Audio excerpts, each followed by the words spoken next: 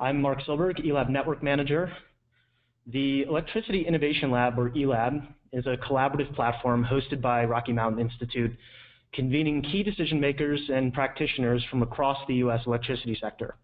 Through research, on-the-ground project work, and scaling lessons learned and new solutions, eLab seeks to address three fundamental questions that face utilities, regulators, DER providers, financiers, NGOs, consumer advocates, and others at the forefront of electricity transformation. These questions are, how can we understand and effectively communicate the costs and benefits of distributed resources as part of the electricity system? How can we harmonize regulatory frameworks, pricing structures, and business models of utilities and distributed resource developers for greatest benefit to customers and society as a whole? And how can we accelerate the pace of economic distributed resource adoption? In the spirit of addressing these questions, I'm pleased to introduce today's discussion, featuring both our SHINE program here at Rocky Mountain Institute and Clean Energy Group. RMI SHINE program is developing innovative community-scale solar pilot projects. These projects, 0.5 to 5 megawatts in size, allow all customers, including low-income customers, to participate. SHINE plays an active role supporting different types of buyers, including municipalities and rural electric cooperatives. In parallel, solar developers can find great opportunity in this nascent market segment, which RMI estimates could reach 30 gigawatts by 2020. Communities aren't just capturing the economic job creation and clean air benefits of community-scale solar. We're hearing throughout the eLab network a desire amongst municipalities and state agencies from California to Rhode Island to incentivize the installation of systems that can make critical facilities more resilient, for instance, by integrating both solar and storage. States including Minnesota and North Carolina, for instance, are planning or utilizing solar and storage as a lower cost resource than system upgrades or investment in new centralized thermal generation. So today you'll be hearing from RMI SHINE team as well as Clean Energy Group about concrete real-world solar and storage projects at the community scale. The speakers will explain the benefits such systems offer and examine the opportunity both organizations see in the market. Each team has extensive experience supporting projects throughout the United States, and both have witnessed the economic and equity benefits from adoption of solar and storage systems, particularly amongst LMI customers. So to introduce the panel, Kevin Brehm is the co-op and municipal utility lead on the SHINE program at Rocky Mountain Institute. In his time at RMI, Kevin has focused on opening up underserved niches of the renewable electricity market. Before joining the SHINE team, Kevin was an associate with RMI's Business Renewable Center. Kevin helped build the BRC from its inception to its current role as a market driver with more than 100 members. Currently, Kevin enables rural electric cooperatives to reduce the price of solar by 30 to 40% by helping them execute effective procurement. Titiaan Palazzi works with RMI's SHINE program on community-scale solar to manage the community-scale solar engagements with corporations and co-ops. Titiaan joined RMI in 2014 as a special aide Amory Levin's co-founder and chief scientist at RMI. Seth Mullendore is the project director for Clean Energy Group, where he serves as a manager, analyst, and technical advisor for power systems, solar PV applications, and battery storage projects. Seth works with policymakers and project developers on outreach and coordination of energy storage project development, and he provides research and reporting of energy storage technologies, policies, and supporting market structures. Prior to joining Clean Energy Group, Seth served as a Sustainable Energy Fellow with the Union of Concerned Scientists and worked with Maine Clean Communities to help advance clean transportation initiatives in Maine. He has participated in a number of academic research projects directly related to renewable energy, energy storage, and energy equity. Seth holds an MS in Civil and Environmental Engineering from Stafford University and a BS in Geosciences from the University of Southern Maine.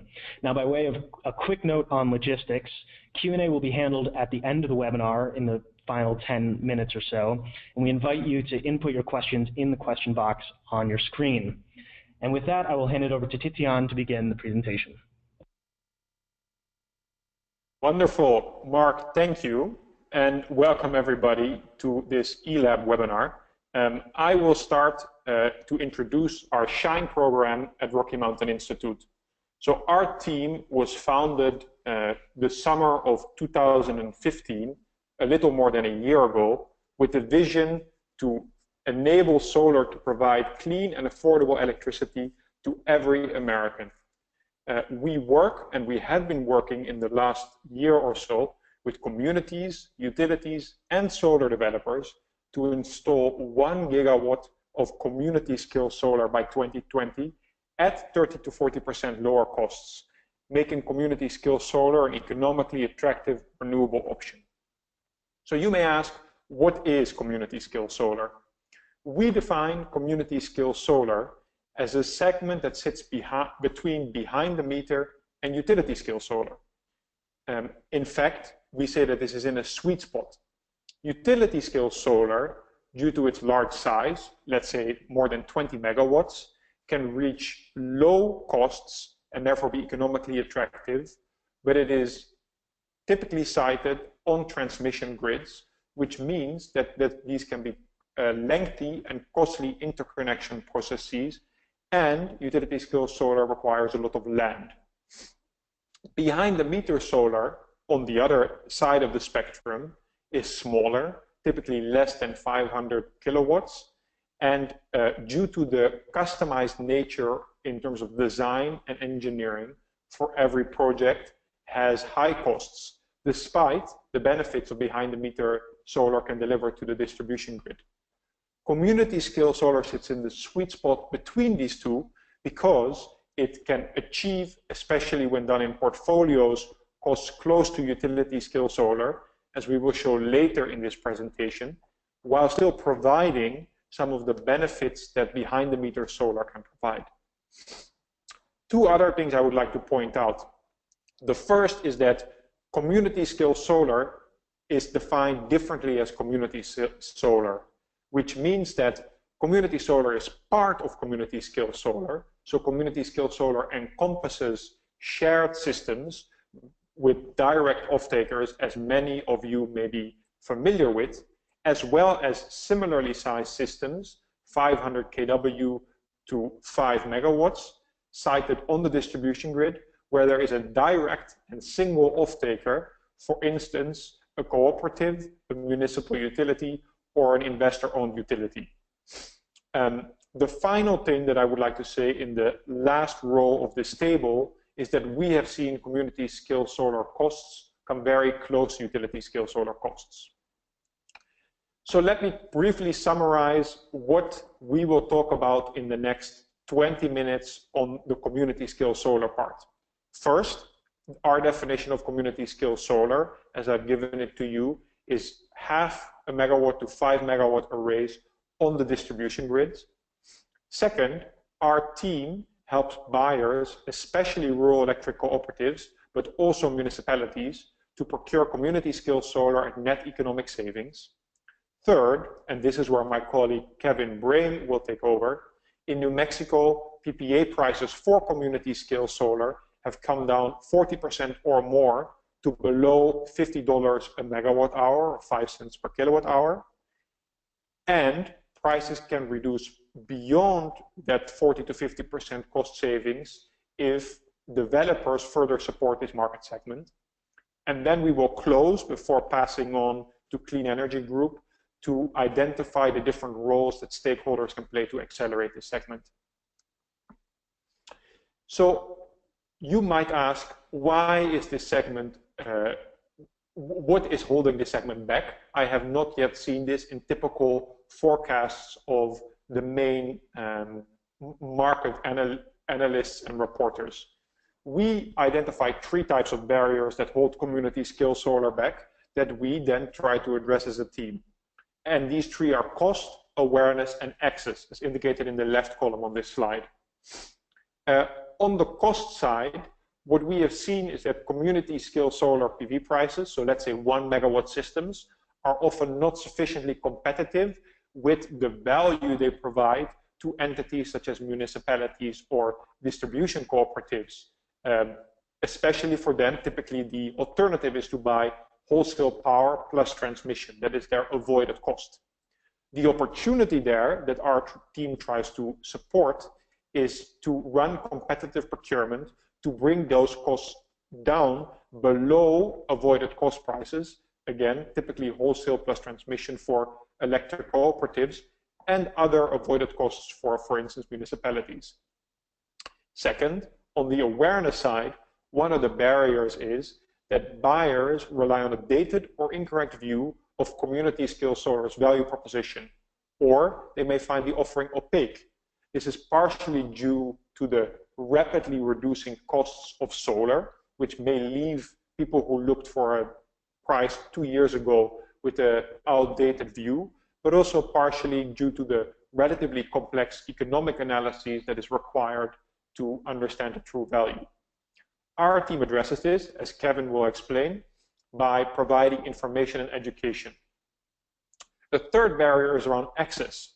Many buyers do not have the resources internally to execute an effective community-scale solar procurement process. This barrier, by the way, is a barrier we see across the solar industry, also in commercial and industrial and large corporate utility-scale solar segments. And we try to address this barrier by serving as a buyer representative who aggregates demand and coaches buyers into an active role in the process. So, let me briefly explain the 3 projects that our team has been working on to date, and then Kevin will take over to explain in detail the leftmost of these 3 projects are work in New Mexico. So to date, we have done 3 projects or 3 regions, projects in 3 regions. The first is with rural electric cooperatives, distribution cooperatives in New Mexico. Kevin will explain this in more detail, so I will not go in here. The second is working with the coalition of municipalities around Syracuse, New York. This coalition was brought together by Central New York's Regional Planning and Development Board, and under the leadership of my colleague Kieran Coleman, an RFP on behalf of these municipalities was released this fall, with responses coming in up to early December of 2016, and then the evaluation of those developers will follow. The third column is with the city of Rochester, also in upstate New York, which was a direct procurement process for up to 16 megawatts of true community solar. So these are solar arrays that will be directly subscribed, and that process, that RFP process, has been closed right now, and we are in the process of making a recommendation to the city of Rochester who the winning or the best developers are that they should consider working with. So I will pause there, and I will close this Rocky Mountain Institute's part of the presentation at the end. I would like to pass over to my colleague Kevin, who will explain more about our work with rural electric cooperatives in New Mexico that he has been leading. Thank you, Titiaan. Good afternoon, everyone. I'm Kevin Brehm. As Mark mentioned, I'm the Co-ops and Munis lead with Rocky Mountain Institute's SHINE initiative. And in the past year, I've had the good fortune of being able to work on a really exciting, unique, innovative, and impactful project in New Mexico, working with a great group of rural electric cooperatives, as well as a high-quality solar developer. I want to tell you a little bit about that project, its outcomes, and some of its implications. I do just want to flag, so this project is still underway. Power purchase agreements have not yet been signed, but they're close to being signed. So I'll share some details, but details, of course, as all of you have been involved in these type of projects, you know, will be finalized, well, once they're finalized. Could you go to the next slide, please, Titiaan? So New Mexico, SHINE helped a group of co-ops procure solar. So we started by, we had a conversation with a co-op in northern New Mexico called Kit Carson. We pitched our ideas, our thoughts about community scale solar, and our interest in helping a group of rural electric cooperatives effectively execute a group procurement for a portfolio of community scale projects. Kit Carson and their manager, Luis Reyes, they're based up in Taos. They were sold. They thought it was a great idea. So they convened a group of co-ops to have a conversation about that. Next, please, Titiaan. We hosted a workshop along with Kit Carson with a group of northern New Mexico co-ops. At the end of the workshop, we asked the group who would be interested in participating in group procurement. 2 co-ops raised their hands. And Rocky Mountain Institute, we released a competitive request for proposals on behalf of Kit Carson and Springer co-ops. We had a number of great responses from national and regional developers, and the bids that came in were around 40% lower than the co-ops had expected going in. At that point, Kit Carson and Springer recognized that there could be an opportunity to help their fellow co-ops participate in this program, and as well as to get great prices. So they reached out to their peers, and 11 co-ops in New Mexico expressed interest in a cooperative procurement process. Rocky Mountain Institute has helped those co-ops. We hosted workshops with them. We hosted several webinars, and we asked the co-ops if they would like us to issue a new request for proposals, or if we should continue with the developer that was initially selected. They said, yeah, let's work with that developer and let's work out a way to get appropriate cost savings for having economies of scale and having a larger procurement. Right now, 5 co-ops have signed letters of intent for 15 megawatts projects, and these projects are expected to be will be commissioned next year in 2017. Switch, please. So some of, I think, the things that are unique and notable about this project are, first of all, the process. This was an innovative group procurement process in which peers grouped together to build a portfolio of distributed community scale projects. So of those 15 megawatts, each of those, that's made up of a portfolio of projects, 1, 2, 3 megawatt projects for the most part, that are connected to the distribution grids of the respective cooperatives. This project was also notable because the prices that we received through the competitive request for proposals were quite low, near or below $50 per megawatt hour, and I'll talk a little bit more about that. This resulted in multiple benefits, including lifetime savings of around $15 million to the distribution co-ops. That's what's expected. And as a result of the low prices, demand increased from the initial 3 megawatt RFP to the current 15 megawatts committed through letters of intent. Next slide, please. So first I want to talk a little bit about prices. By working together, co-ops were able to achieve 40 to 50% lower community scale solar PPA prices than had been seen recently in New Mexico. So I'm going to talk through this graph from the left to the right. You can see on the left axis, these prices are PPA prices, power purchase agreement prices, listed in dollars per megawatt hour. And these are for PPAs with 0% escalator.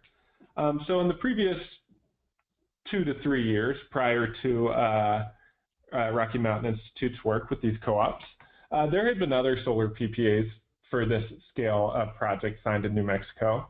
And the prices for those were generally around $75 to $85 per megawatt hour. That's what we were aware of. When we convened that first workshop in Santa Fe with the co-ops, we asked them what they expected to pay, and expectations were around $60 to $75 per megawatt hour. After the competitive procurement process and the group procurement, we're expecting to see a turnkey PPA prices, so that's when the developer provides land and interconnection, around $45 to $50 per megawatt hour. And if the co-op provides land and interconnection, the prices are expected to be around $40 to $45 per megawatt hour. So you can see these are significant decreases compared to previous projects in the region. And these price decreases are larger than would be expected just due to standard business as usual price reductions in the market. Next slide, please.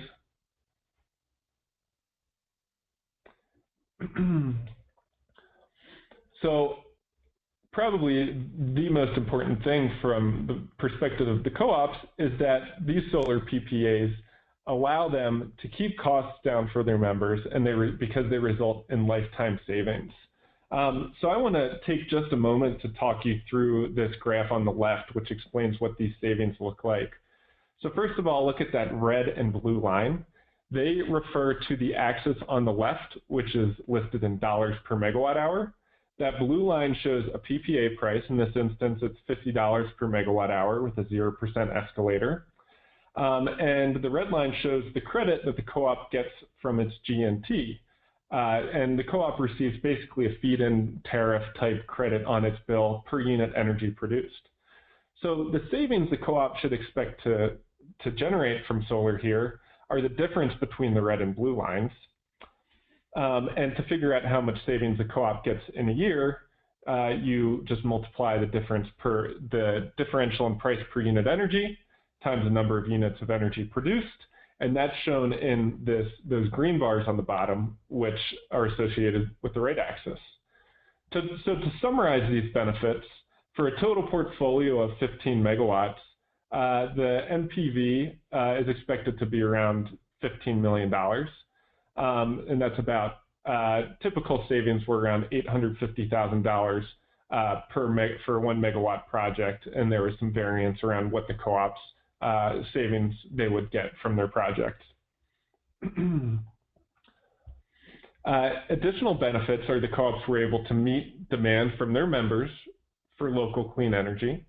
They were able to increase local property tax revenue, and they were able to promote economic development by helping generate construction jobs and services in the area. Switch, please.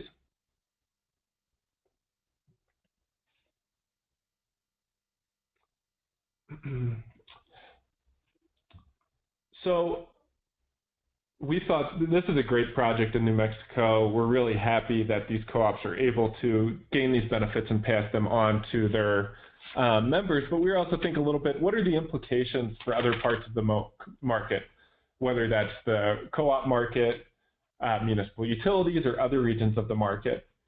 So I think one of our key takeaways is that when prices decline, demand increases.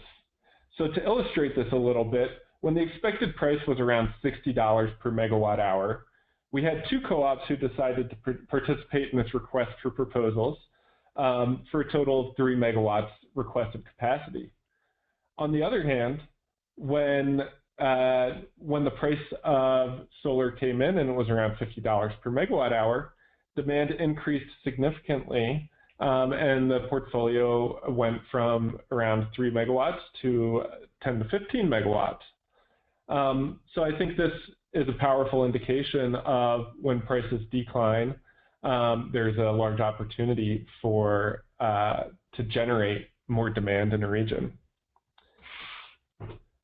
So I think through this project, we're working with these partners to start to show what's possible with distributed solar prices and how a lot of our theories of Shine about being competitive with utility scale solar prices were really right on. We look forward to working with other groups of co-ops like New Mexico. We think that there's a really high value model here, and we think it's a model that can be scaled to other regions of the country. Thank you for your time, and I'm going to pass this back to Titiaan, who's going to end this part of the presentation by explaining a little bit about what this New Mexico work means for our future work in the Shine Initiative.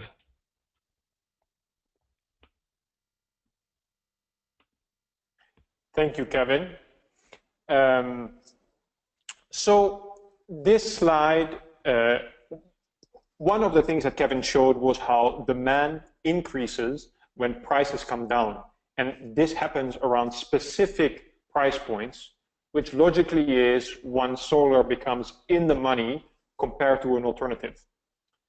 So far in New Mexico and in our projects in upstate New York, we have been working primarily in reducing costs by working with the buyers and by running an effective procurement process. In this pie chart, that is the dark blue and the middle blue segment, so about 80% of the full pie. However, we believe that it is possible for a third part of cost reduction, what we call levers, to be pulled to further reduce prices, namely on the side of the solar project developer.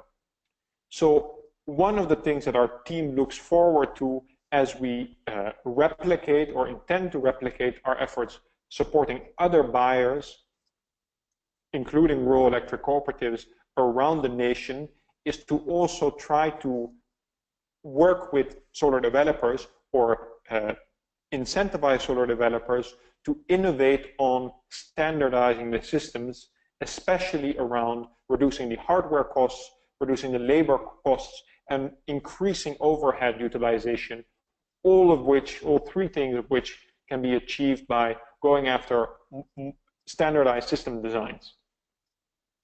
So The final slide that we would like to end this part on community scale solar with is what can you do as different entities or stakeholders in this ecosystem. So we start with the top left box on buyers. One thing that Kevin illustrated was that a regional coalition greatly increases the ability to attract good prices. So one thing that buyers can do is to build regional demand. Secondly, once a regional demand exists, is to participate in a cooperative procurement. RMI can support you there. There are also potentially other ways to do so. Thirdly, on the buyer side, there is a role for municipalities, municipal utilities, rural electric cooperatives to actively engage local authorities, for instance, around permitting and zoning, because those can be specific cost increasing burdens for project developers, and the groups we like to work with as buyers have strong local relationships and can leverage those to bring costs down further.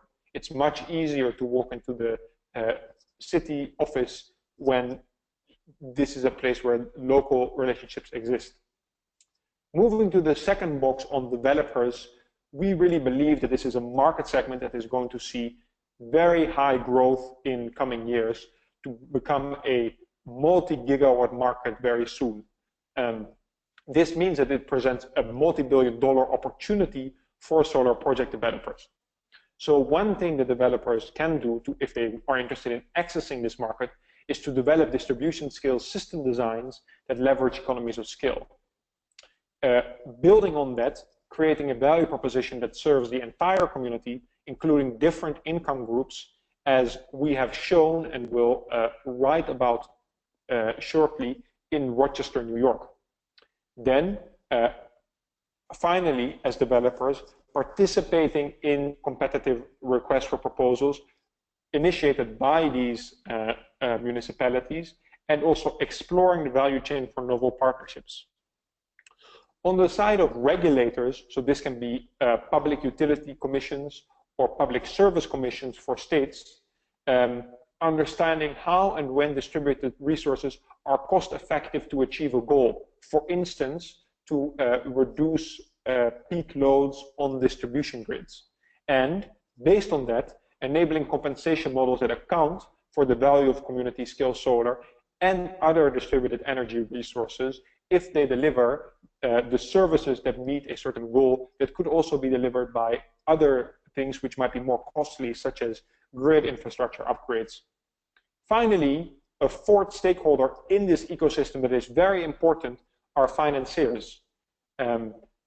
What we see is that, in fact, the costs of financing, the weighted average cost of capital, play a very significant role on the power purchase agreements that can be offered to different types of buyers. So when financiers can enter the fray and offer lower costs of capital and also work on innovative financing systems, such as the different state banks are doing around the nation, that can greatly accelerate this market. So with that, I would like to pass it on to Seth, who represents the Clean Energy Group and will speak about community scale storage. Seth? Yes, thank you very much. Thank you, Titiaan. That was great. And so now I want to expand on some of the things that Titiaan and Kevin have been talking about in presenting community scale solar. And I'm going to be talking about the addition of energy storage to these projects as a way to unlock some additional value streams and add value to a project. First of all, I'd just like to introduce you to Clean Energy Group itself and to our Resilient Power Project, which is where we've been really involved in solar and storage lately. So next slide, please. Clean Energy Group has been in the clean energy space for about 20 years now, working on innovation, technology, policy, finance, pretty much across the board in clean energy technologies. We are completely funded by foundations. Our main funders are listed here. And we have a sister organization, the Clean Energy States Alliance, which is basically a coalition of state agencies that manage clean energy programs. The Resilient Power Project itself, next slide please, has been It's a joint project that we work on with Meridian Institute. It's in its third year now. Really came in the wake of Hurricane Sandy, when a number of diesel generators failed. Of course, the electricity grid was out, and millions were left without power. A lot of people in public housing and critical infrastructure were left without power as well, which was a dangerous situation. And we wanted to look at an alternative, a cleaner, better, more reliable way to provide emergency power in these situations. So we looked at solar combined with energy storage as the main solution to this. At the time, energy storage technologies were really coming down in the price, and they've continued to. So what we're doing through the Resilient Power Project is we're trying to increase awareness and investment in resilient power systems. We've expanded resiliency to also include economic resiliency, so making things cheaper for communities. We have a specific focus on low-income communities and disadvantaged communities, so really senior housing, affordable housing, and critical communities, critical facilities that are in low-income and disadvantaged areas, such as emergency shelters, police and fire stations, and the like. We work on every level, federal, state, and individual projects. We do have some technical assistance where we work on getting projects up and running. I'll talk about a couple of those today. But we put out a lot of material on this. So resilient-power.org has a bunch of our information, newsletters, reports, and things that we've worked on. So with that, I'd like to go to the next slide and begin my presentation talking about energy storage and the value it can bring to community solar. I'm not going to go into everything on this slide here. Basically, just wanted to point out that there's a lot of different values that storage can provide all along the system. So from the transmission grid to utilities and the distribution grid to the end user. And really the kinds of value that can be unlocked become more and more available as you get closer to the end user. So when we're talking about these community scale projects that the SHINE, RMI SHINE initiative is working on the distribution grid, it unlocks more opportunities than those just located on the transmission grid. And there are even more opportunities than when you get to the end user behind the meter. Next slide, please. So first project I want to talk about today, I'm going to talk about a few different projects, is the Stafford Hill Solar Farm. This is a project that we worked on with a number of organizations to get up and running. It is owned and operated by Vermont utility Green Mountain Power, and really was put together by a collaboration between the state of Vermont, the Public Service Department, Public Safety Department, the U.S. Department of Energy, Sandia National Labs, and Clean Energy States Alliance. So this is the first U.S. solar and storage project that was sited on a brownfield land. It was a former landfill for Rutland, Vermont, which was quite an exciting project. It was installed and put into operation the summer of last year. So we've got about 2.5 megawatts of solar capacity, which is about enough power to power 2,000 homes. Next slide, I'll talk about the storage capacity. The storage for this site is 4 megawatts, 3.4 megawatt hours, and it's a combination about half lithium-ion batteries and half lead-acid batteries that are contained in 4 different containers. And it was the first microgrid in the U.S., as far as we know, that was completely powered by solar and storage.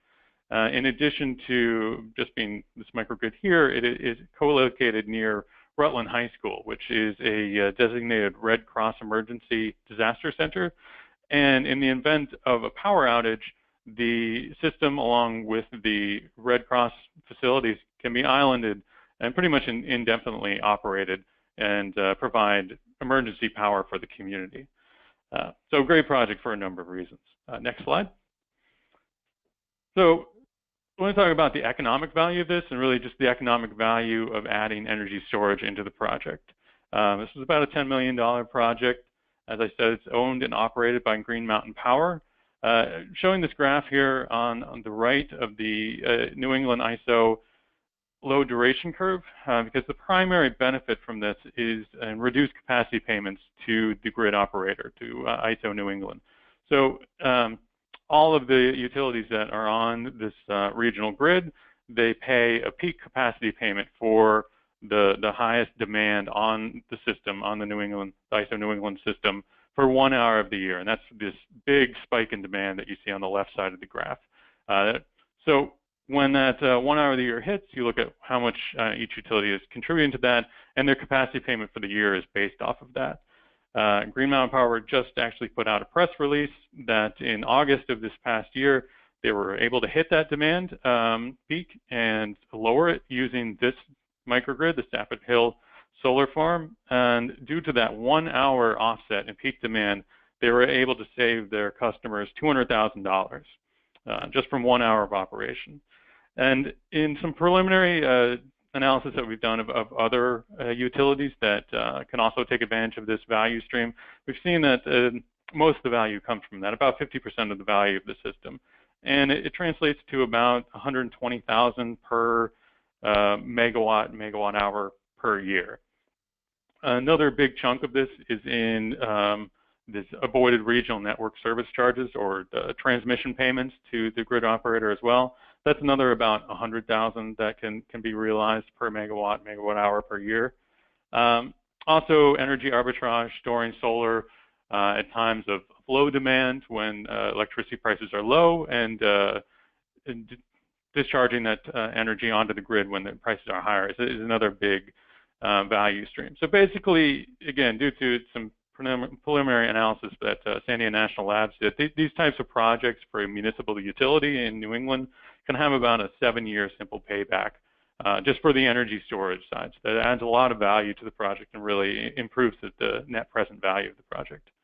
Moving on to the next slide, I'd like to talk about a very different type of project. This is a project in Chicago.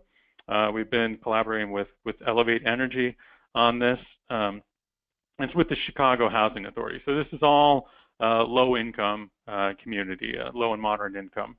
It's a whole block of facilities within, it's called Alt-Gen Gardens. This is in the Chicago area. Almost 2,000 affordable housing units. It's got a number of community centers, health, childcare, and community centers. There are 3 schools that are on the site. So they already have planned a 5 megawatt solar farm that's going to be part of this community. And they're planning on accessing or using 3 megawatts of that to offset the consumption that the Chicago Housing Authority pays for. So they're expecting 3 megawatts to offset about 50% of the energy consumption. Another 2 megawatts, they're looking at doing the more traditional shared solar, so the community solar where people can buy into that, and that's going to be for low-income customers to offset their energy costs. Next slide, please. So Elevate Energy and the Chicago Housing Authority, they wanted to look at what could be done to add energy storage to this, because they're also interested in the resiliency value. They really want to keep those community shelters up, or community centers up, and healthcare facilities, as well as keep senior housing going so people can stay in place when there's an emergency. So where we're working with them, the potential for energy storage is still being evaluated. We're working with Northwestern University on that. The picture here is showing of a similar project that's done by a small town in Ohio, Minster, Ohio. So this is they have 7 megawatts of energy storage. Not sure how much we're going to end up here in Chicago, but the primary value stream that we're looking for here, in addition to providing the resiliency value, which is not monetized, unfortunately, but we're looking at frequency regulation. Chicago is in the PJM grid territory that stretches across the mid-Atlantic from Washington, D.C. to Chicago. And PJM has set up so that fast response resources, so things like energy storage that can respond very quickly to signals on the grid, can provide frequency response or frequency regulation and get paid proportionally to the value that it's adding to the system. So unlike fossil fuel plants, gas plants that react very slowly when there's a disruption on the system, energy storage can provide very quick response. So again, based on some analysis that's been done around this for another project, we expect it's about $300,000 per megawatt of frequency regulation. That's per year.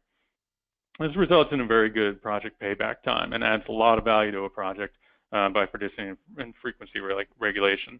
They're also looking at reducing some of their demand charges that they pay to their local utility using energy storage, but we expect this to be a much lower value stream. And then, of course, again, is the resiliency value that the project provides.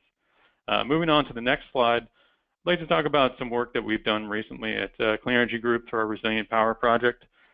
California has a new program that is being established right now called the Multifamily Affordable Housing Solar Roofs Program. It's a big program, could potentially be $1 billion for solar and affordable housing over 10 years. And some of the housing developers and other environmental justice community members brought us in to evaluate what the added value of adding energy storage to these projects might be above and beyond just solar. So this is not as much what we're talking about as far as the community scale solar, because this is behind the meter systems, not so much on the distribution system. But wanted to give you an idea of how it can add value behind the meter to offset those charges as well. So in this case, we're looking at the investments here, the solar investment and the solar and storage. This is after taking incentives such as ITC, and California has a self-generation incentive program for energy storage. But we're looking at basically the value that you could get from the solar investments was doubled by adding energy storage for about a third of the cost for the initial cost of capital. It's actually much smaller cost, incremental cost for storage when you take into account the storage incentive that's available. So for this project as a whole, for the solar and storage system, it's about an 8-year payback when you factor in the modified depreciation as well. But the solar system itself, just the solar, had about a 10-year simple payback, and the energy storage system alone had about a 3-year payback. So adding storage to the project really improved the simple payback of the project by about 2 years. Moving on to the next slide. So that first value stream, that's for common areas, so lighting, elevators, things like that. That are basically commercial charges that a multifamily affordable housing building faces. There's also the side of the tenant side. This new program in California, the primary purpose for the program is to bring the value of and benefits of solar directly to tenants. So we're trying to get solar benefits to tenants, which is very difficult in multifamily housing. There's a split incentive there, and California is trying to get beyond that. Another thing happening in California is that they're switching to time of use rates, particularly for solar customers. This is coming online right now as they're hitting some of their solar caps. So we also explored what would happen through basically energy arbitrage. So storing the solar energy when the time of use rates are lower and discharging it at a time when the time of use rates are higher. So you're offsetting a higher cost time of electricity use. The paybacks for that are not quite as impressive, but turned out for both the solar system and the energy storage system, it was about a 4-year payback. So while the energy storage, adding that didn't necessarily reduce the simple payback periods, it didn't improve how long it took the project to pay back. It did add value to the project as a whole and helped add value and benefits to the end user tenants, which is really the purpose of the program. They're trying to offset the cost for low income tenants. So that's a huge benefit. Moving on to the next slide, just wanted to talk about one more of these non-monetizable benefits. In our project, we're really talking a lot about providing resiliency and reliable power in emergency situations, which again, unfortunately, we see the value of, but it's very difficult to monetize that value. Another benefit that we're seeing come out more and more is public health benefits. So this is a study that was put out by PSE Healthy Energy, recently published in Energy Policy, and UC Berkeley was involved in this as well. Basically, it's looking at if you deploy storage, if you site it and dispatch it smartly, intelligently, you can avoid using peaker plants, which not only cuts down on greenhouse gas emissions, generally gas plants, but sometimes oil and coal as well, not only cuts back on greenhouse gas emissions, but localized air pollution emissions. And the chart that's on the left there shows that all these yellow dots are peaker plants, and the darker the surrounding color is, it's the more disadvantaged community it's located in. Unfortunately, disproportionate location of peaker plants in disadvantaged communities. So they're really the ones harmed most by this. So this is another public safety, public health benefit that you can realize by combining solar and storage by making your solar dispatchable, so you can offset peaker plants, whether your peak occurs during the middle of the day or even at night when solar isn't generating. So moving on to the next slide. That's actually my last slide with information on it, some contact details here. But just before moving on to the question and answer section, just wanted to talk about what the market for solar and storage will look like in the U.S. On the more utility scale, the distribution system, we're seeing that this using solar and storage to offset peaker plants is becoming more and more economically viable. It's happening in Hawaii, it's happening in Connecticut as well.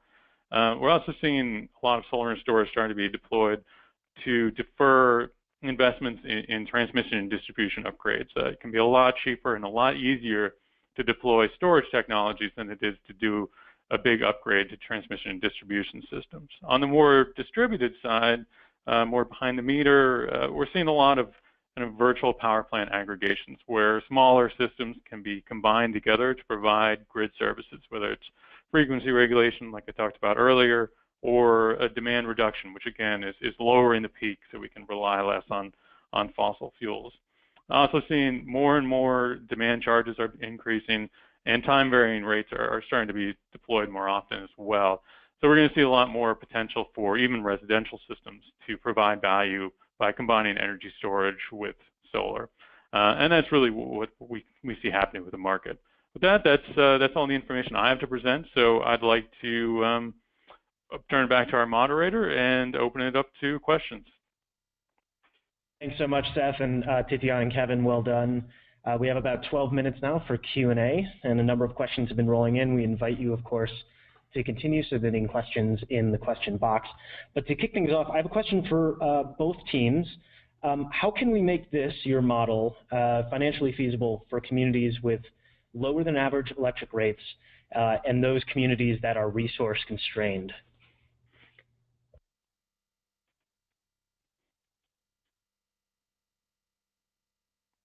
Yeah, so I'll take a start at that question. So I think what we really focus on at the Shine Initiative on the solar side is finding ways to continue to reduce the cost of solar so it's strongly cost competitive, even in areas where there's low, where electricity prices are low. So I think some of the keys that we identified in New Mexico to enabling that are, number one, managing an effective procurement process. Number two, aggregating demand to increase buying power. And then I think there's also opportunities to access lower cost of capital, particularly if the community is able to, is a municipality or a co-op, and they might be able to access some low-cost bonds or other low-cost debt to further bring down the cost of the project.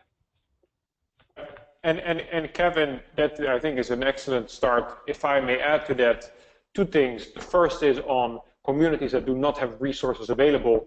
As Kevin explained, these projects were done on power purchase agreement basis, so there was no upfront cash required.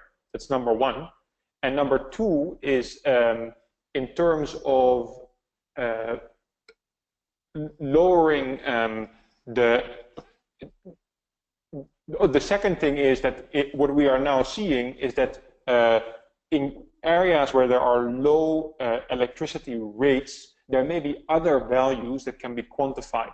For instance, there may be rural electric cooperatives or municipal utilities, much like Seth indicated in his storage component, that have high demand charges. So even at low average generation and transmission rates, there may be a value to solar or solar plus storage. Yeah, and I'd just like to add a little bit more on that. You know, a place like Chicago, one thing we found in our analysis is that Chicago has fairly low electricity rates, but the addition of energy storage, which unlocks new value streams, actually made the projects more financially feasible. So energy storage is still very localized. It doesn't make sense in a lot of places still, but there are more and more market opportunities that are opening up. And again, yes, like Titiaan was just saying, with the peak demand that utilities pay, we've found that pretty much anybody in ISO New England, municipal utility in that area, can have a pretty economically viable situation for solar and storage based on those savings. So just looking for those market opportunities to add extra value. Great. And a quick clarifying question from the audience. Does the lower cost of capital from community solar mean the utility would not own the community solar asset? Titiaan or Kevin, could you elaborate?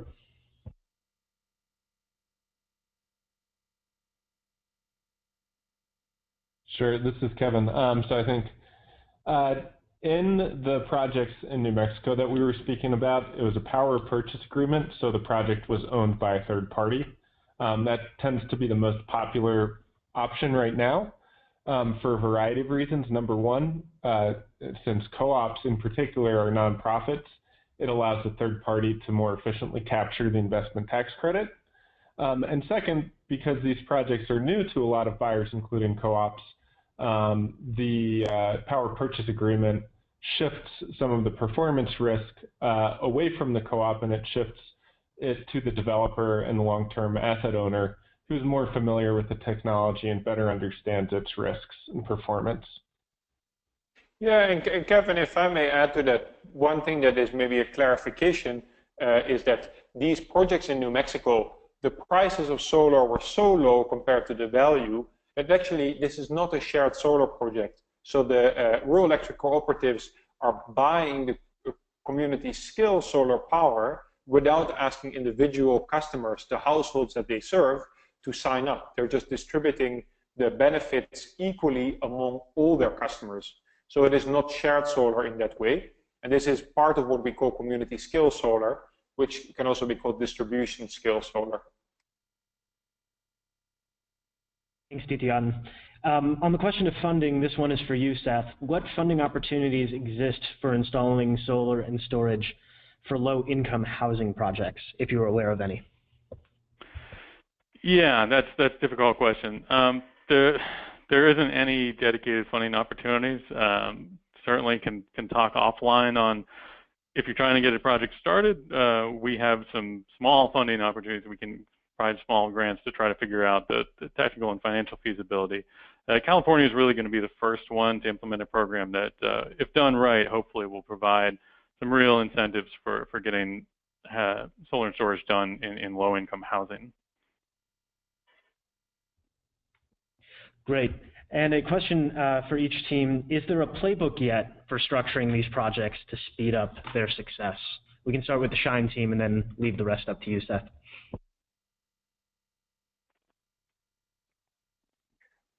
I think that there are several organizations in the community scale solar space that are trying to publish playbooks that are really helpful. It depends on the kind of organization. NRECA, which is an electric cooperative organization, has done some work specifically for electric co-ops, and there are some others that have also launched pieces.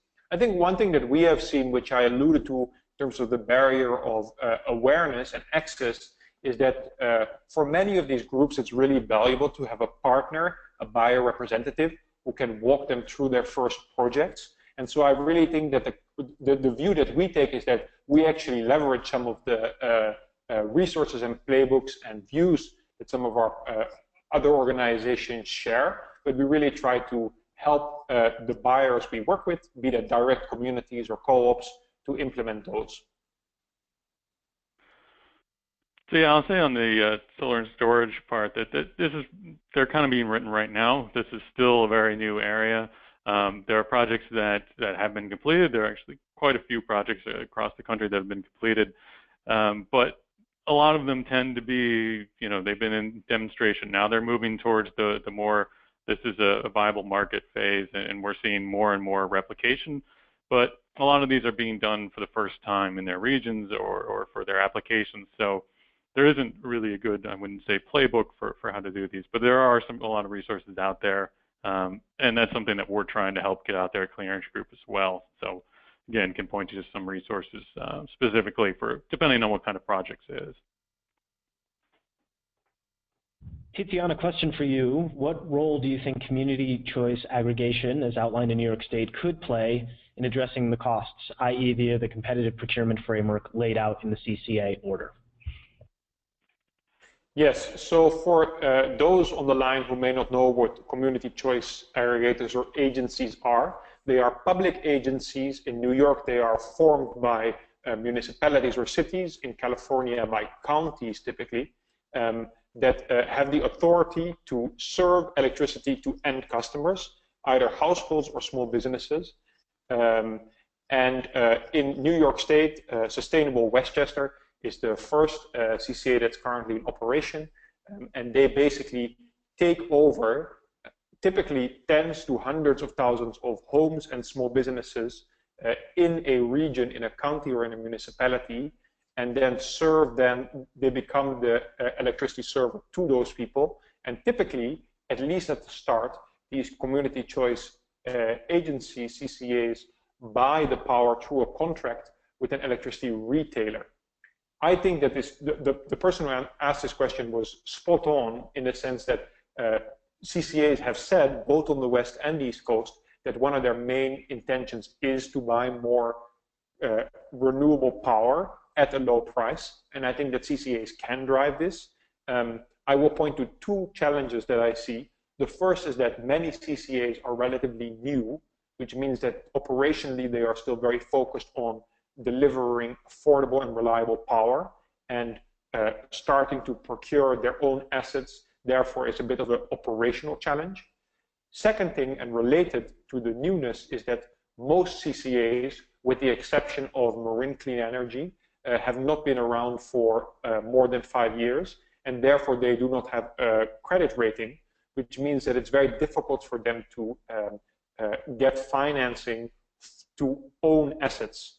So the short answer is, I believe that there is a big opportunity for CCAs to drive installation of new distributed energy resources.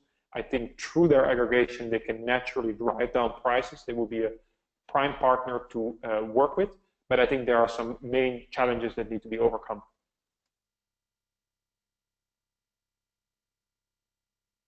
As for our last question of this webinar in the final minute, how might plug-in electric vehicles figure into the future of storage? And I'll give a swipe at that one. Today, eLab released a new report called Driving Integration, Regulatory Responses to Electric Vehicle Growth. We invite you to view and download that paper at rmi.org. In addition, a few months back, Chris Nelder and James Newcomb released a report titled Electric Vehicles as Distributed Energy Resources, again available for download at rmi.org. And with that, I'd like to thank our presenters, the Shine team here at RMI and Clean Energy Group.